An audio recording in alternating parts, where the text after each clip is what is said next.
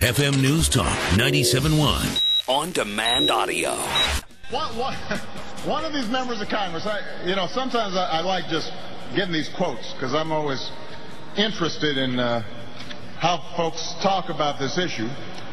You've got one member of Congress who compared these student loans, I'm not kidding here, to a stage 3 cancer of socialism.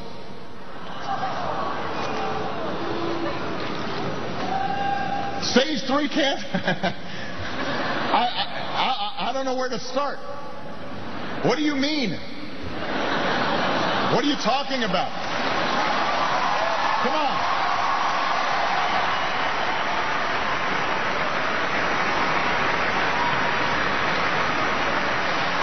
Just when you think you've heard it all in Washington, somebody comes up with a new way to go off the deep end. Well, the president asked, and we're going to answer. That congressman to whom he's referring is Congressman Todd Akin, who is also running for Senate. But he's, of course, Representative Akin's been he's been representing us in D.C. for quite a long time, and he joins us on the phone. Good afternoon, sir. Good afternoon, Laura. Thanks for letting me join you. Well, I'm Dana, though. Dana, I'm sorry. No, I want to ask you, what exactly, when the president, he asked, what do you mean? What do you want to reply to him when he went after you pretty hard there? He said that the remark was off the deep end, and that he's basically saying that it's not what was it, a stage 3 something cancer of socialism? Stage 3 cancer of socialism, yeah. How would you respond to the president? Well, first of all, the president misquoted me. And if you were to play the part of the debate that we had, what I was talking about, the stage 3 cancer socialism, was talking about the fact he is wanting the government to take over everything he can get within his reach. And of course, that's not what I said. I said that stage 3 cancer socialism, America is being attacked by that because the government's taking everything over. You know, he's really good at attacking people, but boy, is he terrible at attacking problems, because what he does is he uses the same solution for everything: more government, and then more debt, and more debt, and more debt. You got the Obamacare. He's taking over 1/6 of the U.S. economy with that, and now he's using the government push. He's pushed the private lenders out of the student loan business and is kind of creating the Freddie and Fannie Mae of student loans. And so this guy is constantly wanting to have government takeovers, and that's what I was talking about. I think he's a little desperate with his campaign, so he's doing these kind of quick and dirty tricks, misquoting somebody, then after he's misquoted them, try to make fun of them. But the fact of the matter is he's very sensitive to that word socialism, because that's exactly where they're going with this economy. Well, absolutely, and to pay for extending these rates on these student loans just for even a single year, they're looking to go after. I mean, they're quite literally going after small businesses. They're looking to take from small business. It's a quasi-socialist policy. They're looking to take from small businesses in order to pay for these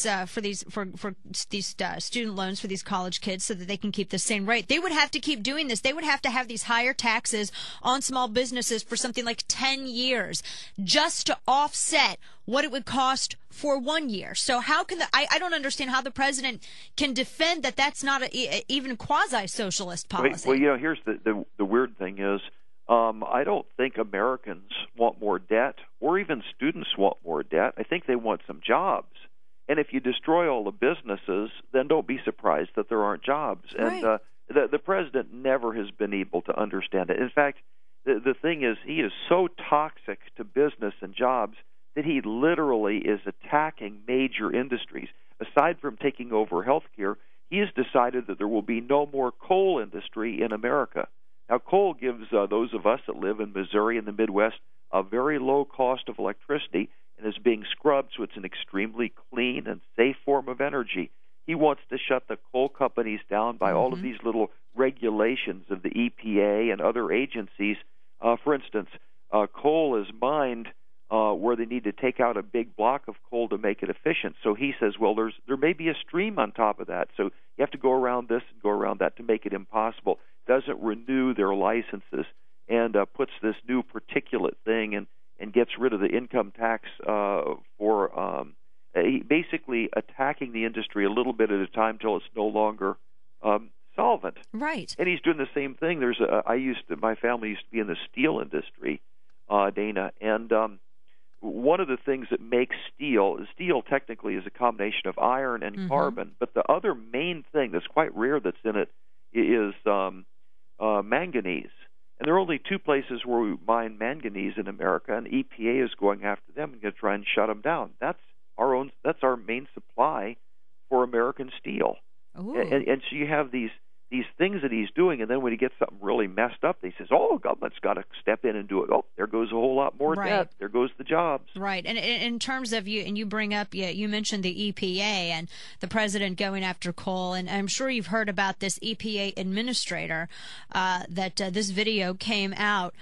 Him discussing how he would essentially crucify people that got in the way of their agenda where it concerns oil and gas. He had said that, quote, it was kind of like how the Romans used to conquer little villages in the Mediterranean.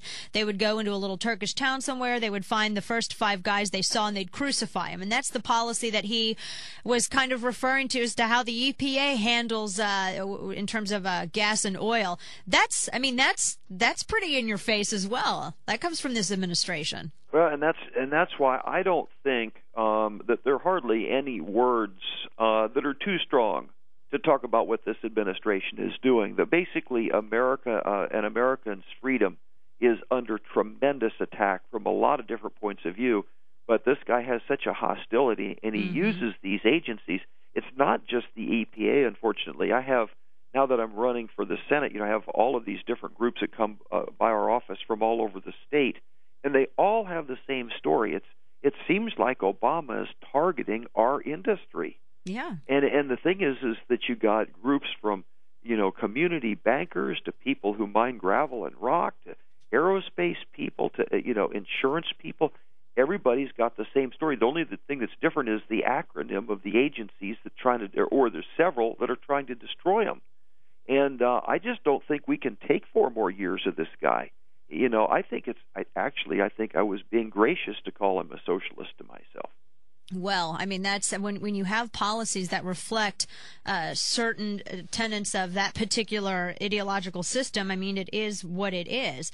And in terms of the student loan, the debate that Democrats are trying to have. Well, they're not trying to have a debate with Republicans. I think they're trying to lay a trap for Republicans because, Congressman, don't you think if Democrats really, especially if this president was really concerned with student with all of the obstacles that are facing students once they graduate. Here we have studies that show 1 in 2 college grads can't get a job after they graduate. Yeah, living in their parents' homes. Yeah, they're going to tax businesses while simultaneously complaining about how we don't have enough jobs. And then at the same time, I don't know how the president himself is going to be able to reconcile how he prioritized campaigning over voting on this extension back in 2007. I honestly, and you may agree or disagree, think that Democrats have enacted the war on students first. This is their war. Yeah, certainly. Well, what happened was you had private people doing student loans. Right. And then the government and I didn't realize it at the time, I just found this out today, but the thing that basically where the federal government just pushed all the private people, said you can't do student loans anymore, pushed them out of the business. Well, actually that bill was hooked into the Obamacare bill. So it's actually part of Obamacare, where the government just pushed the privates out of the area. Now, the privates had some troubles in 2008 because of the fact that we had done a bunch of things wrong economically, and the economy was on its back. So what happens when the government keeps getting into the free market system? Well, the thing is that then you don't have an honest pricing on things, and you end up with one thing subsidizing something else, and the price structures just get completely out of control, and that's, of course, what's going on here. Absolutely. Well, Congressman Todd Akin, we appreciate you leading the good fight on this in Washington, D.C., and thanks so much for joining us on this issue. Dana, it's always a treat to join you and your fantastic audience, and I just appreciate your being right on top of this. Well, thank you. Thanks so much. We'll talk again soon. Take care. Yeah, bye.